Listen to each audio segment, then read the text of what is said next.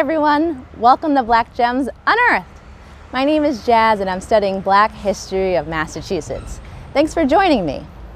Today I'm standing outside of the Royal House and Slave Quarters in Medford, Massachusetts to share the story of Belinda Sutton and the royal family. Belinda Sutton was born in Ghana in West Africa in the early 1700s, and she was enslaved to the royal family. Her story is considered by many to be one of the earliest calls for reparations for American slavery. The royal family was the largest slave-holding family in Massachusetts. They owned 60 enslaved people, which is a huge number considering that in Massachusetts, most families had 1 or 2 enslaved people. They were able to purchase so many enslaved people because of the wealth of Issac Royall Jr. from his work with the Triangle slave trade. Issac Royall Sr., he was born in 1672 in Maine, and he was raised in Dorchester, Massachusetts. When he was in his 20s, he decided to set sail for Antigua because as the son of a carpenter, he didn't have much opportunity to be very successful in the new colonies. In Antigua, he ended up becoming a merchant mariner where he invested in a slave trading and sugar trading ship that's actually from Scituate, Massachusetts. Through that investment, he was able to make a good sum of money, and then he also married into a family in Antigua that was very wealthy. This led him to be able to open his own sugar plantation that he operated and made lots of money off of. He traded in sugar, rum, and enslaved people. This is where his large wealth came from. And the fact that the people that were enslaved, he didn't pay them, obviously, and so he was able to make a lot of money. In the 1730s, he decided to purchase 500 acres of land where I'm standing today. This area was called 10 Hills Farm, and there was a colonial farmhouse here. But he decided to renovate it to create this beautiful Georgian mansion that's behind me. Now, the reason that he came here, there could be a couple. He decided to move here with his wife and 2 children, perhaps because there were droughts that were happening in the West Indies that was causing issues with the sugar crop. And also, there were slave revolts that were taking place and conspiracies of slave revolts too. So it wasn't the safest place for having a family. When the Royals moved up here to Royall Sr.'s native New England, he brought with him 27 enslaved Africans, including Belinda Sutton. Issac Royall Sr. passes away in 1739, and his wealth and inheritance goes to his son, Issac Royall Jr.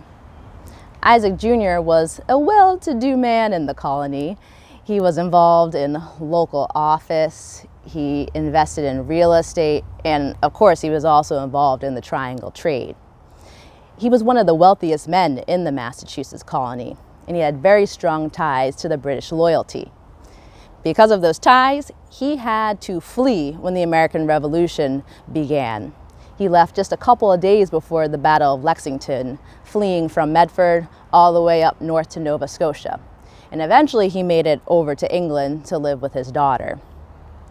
He passed away in 1781 due to the smallpox, but he wrote in his will that Belinda Sutton, one of his enslaved Negroes, that he would offer her freedom when he died, or if she didn't want her freedom, she would be able to be owned by his daughter. Belinda did decide that she wanted her freedom. And also in this will of Issac Jr., he wrote that if Belinda selected her freedom, that the town clerk of Medford should provide her with 30 pounds for 3 years from his money. So Belinda takes her freedom, but she does not get this money that was in the will. So Issac dies in 1781, and by 1783, Belinda decides to put forth a petition. And because of the petition, that's why we know a bit more information about her than the other people that were enslaved at the royal house. We know that Belinda was most likely from Ghana because she described in her petition growing up at the Rio de Volta. She describes in her petition the journey on the Middle Passage and going on this floating world. It was very descriptive. Many people believe that Prince Hall actually helped her with the writing because she signed her name as an X, which may have meant that she was illiterate, which was common amongst enslaved Africans. So Belinda sends this petition to the Mass General Court, which was very new, and they actually did end up giving her some of the money that was due, not all. They ended up giving her 15 pounds and 12 shillings, which is only half of the first installment that she should have received. Belinda ends up submitting 4 additional petitions between 1785 to 1793, asking for the full payment of the 30 pounds and then subsequent payments. She never did receive this money. And it really is a sin because the amount that was in the will was barely even a scratch in the bucket of the money that the royals earned from the work of enslaved Africans like Belinda. I can tell you though, one place where the money went from the royals' wealth, Issac Royall Jr. bestowed money in his will to Harvard University.